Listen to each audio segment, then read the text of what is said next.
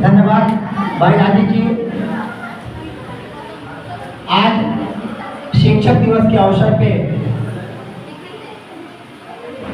तुलसी बाल का intermediate college अट्टई बाजार में हम अभिनंदन कर रहे हैं। हमने पहला अभिनंदन किया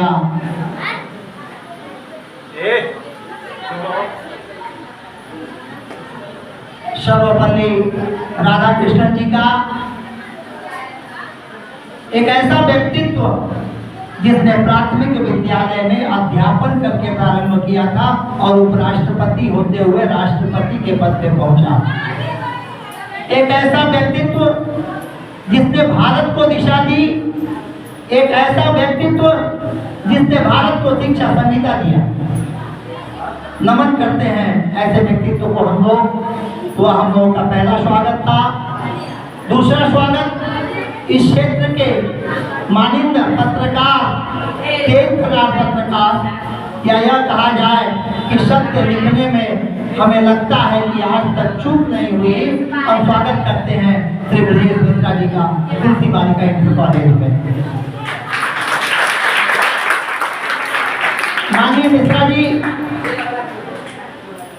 के पास समाचारों का एक अद्भुत संग्रह है और केवल इतना ही नहीं, जो इनके व्यक्तित्व को मैंने देखा है कि स्थानीय स्तर पर जितने अधिकारी हैं, चाहे देवरिया में जिलाधिकारी हो, चाहे बनकटा में किसी बीट का सिपाही हो, अगर उसने गलत किया है तो उसके खिलाफ लिखने में कभी कलम रुकी नहीं, कभी भय नहीं हुआ। हम सम्मान करते हैं ऐसे पत्रकार का और पत्रकारिता जगत के समस्त लोगों से आग्रह करते हैं विशेष जी को शायद बहुत न मिले, क्योंकि कार्यक्रम आप लोगों के ढेर सारे हैं, चलते रहेंगे।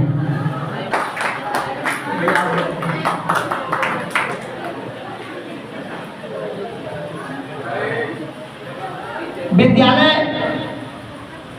2004 में हाई स्कूल और इंटरमीडिएट, 1984 से प्राथमिक और जूनियर हाई स्कूल, तदंतर अपने पद पर चलता रहा। 2013 में इंटरमीडिएट आर्ट और 2015 में इंटरमीडिएट साइंस और कॉमर्स, या यह कहा जाए कि केवल कृषि को छोड़ दिया जाए तो इंटरमीडिएट के पैरामीटर में कोई मान्यता नहीं है जो इस विद्यालय में नहीं। दूसरी चीज कि जितनी अच्छी गुणवत्ता की शिक्षा आपको दी जा सकती है इस विद्यालय में दी जा रही है। चैरिटी जैसा माननीय अध्यक्ष जी ने विद्यालय के निर्देशित किया था। हमें गर्व होता है कि 2013 में हमने पहली बार एक शुरुआत की थी, छोटी सी, हमने 2 बच्चों से शुरुआत की थी। हमने प्रण लिया था कि इस पूरे परिक्षेत्र में वह हर बच्ची जिसका पिता चाहे किसी कारण से दुनिया में नहीं है, हम उसके बच्चे को कक्षा 12 तक की शिक्षा निःशुल्क देंगे और हमने 2013 में इस कार्य को प्रारंभ किया। हमें गर्व होता है कि आज भी इस वर्तमान सत्र में भी इस विद्यालय में 13 ऐसी बच्चियां हैं जिनके पिता आज दुनिया में नहीं है और हम उन्हें निःशुल्क शिक्षा प्रदान कर रहे हैं। संभवतः हमारे लिए इससे बड़ा गर्व का कोई विषय नहीं हो सकता। आगे भी उन बच्चियों के लिए जिनके पिता आज दुनिया में नहीं है, वो बच्चियां इंटरमीडिएट तक का शिक्षा इस विद्यालय में ग्रहण करेंगी और पूरी शिक्षा अपनी ग्रहण करेंगी। विद्यालय उनसे शुल्क नहीं लेगा। इसके साथ ही मैं उन छात्रों के लिए भी, मैंने प्रिंसिपल साहब से कहा था कि वे छात्र जो इस विद्यालय में पढ़ रहे हों और किसी भी कारणवश किसी दुर्घटना में ईश्वर न करें अगर उनके पिता का निधन हो जाता है, तो आप विश्वास कीजिए कि जब तक आपकी इंटरमीडिएट की शिक्षा पूर्ण नहीं हो जाएगी तब तक यह विद्यालय आपसे 1 पैसा शुल्क नहीं लेगा, आपको निःशुल्क पढ़ाएगा। क्योंकि संभवतः मुझे कल्पना है कि अगर पिताजी भी तो होते तो कक्षा 12 तक आपको पढ़ाते और हमें शुल्क भी देते, लेकिन ईश्वर ने जो निर्णय किया उस निर्णय के अनुरूप आपके सर पर से पिता का साया हटा, लेकिन आपके सर पर से शिक्षा का साया नहीं हटने दिया जाएगा तुलसी कॉलेज में। बस शर्त केवल ये है कि आप पूर्व में पहले से यहाँ पढ़ रहे हैं। बच्चों तालियां नहीं, अब प्लीज कुछ बातें हैं, आप ताली बजाते हैं। हम लोग का क्या होता है ना कि हम लोग जब बोलने बैठते हैं तो ताल सुनते हैं। हमारे तार जुड़ते हैं कि मुझे क्या बोलना है, हम एक तरफ से बोलते जाते हैं, दूसरी तरफ से विचार आते जाते हैं। जैसे ही आपकी ताली बजती है हमें रुकना पड़ता है, और जैसे ही हम रुकते हैं वो तार टूट जाता है, और बहुत सा विचार तो हम आपको देने के लिए सोच के बैठे थे, नहीं दे पाते। आज ही मैं लौट रहा था, वाराणसी से आ रहा था, तो गाड़ी में हम लोग बैठे हुए थे और संयोग से कुमार विश्वास को मैं सुन रहा था। यह एक ऐसी हस्ती है हिंदुस्तान की जिसको पत्रकार तो नहीं कहा जा सकता, लेकिन पत्रकारिता शुद्ध रूप से अगर कोई करता है हिंदुस्तान में तो मैं कुमार विश्वास को करता हूँ, जिसने राज्यसभा की सीट को ठोकर मार दिया। वो एक बात बता रहे थे, उस बात की चर्चा यहाँ लाजमी है आपके बीच में। उन्होंने अपनी बातों में ये बोला कि भगवान राम का मंदिर देर से ही बना, 500 साल के बाद बना, लेकिन अयोध्या में बना। आप सब जानते हैं, आप सब जानते हैं कि कोई ऐसा गांव नहीं है जिस गांव में हनुमान जी का मंदिर नहीं है। लेकिन क्या आप जानते हैं कि हिंदुस्तान में कहीं सुखदेव जी का मंदिर नहीं है?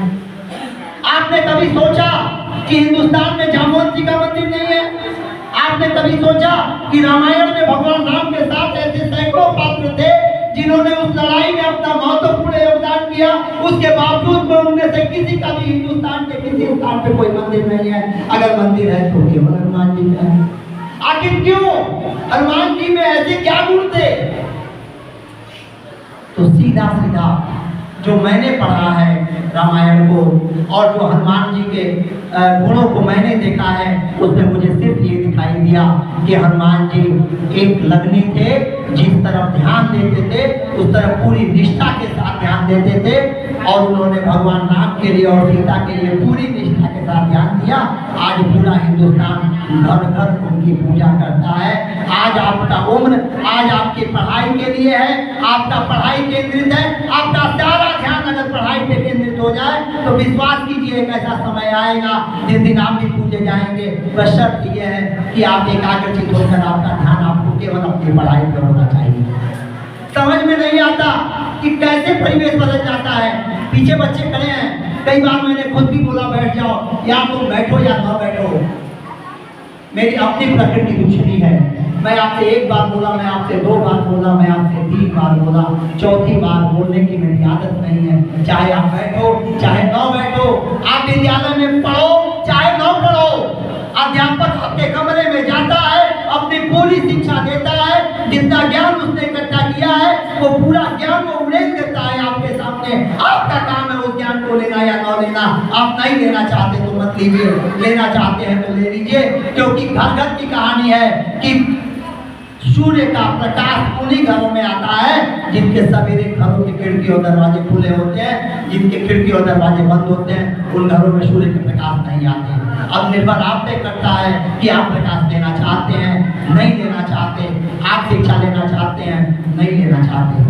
बच्चे यहाँ कार्यक्रम दे रहे हैं, ऐसा नहीं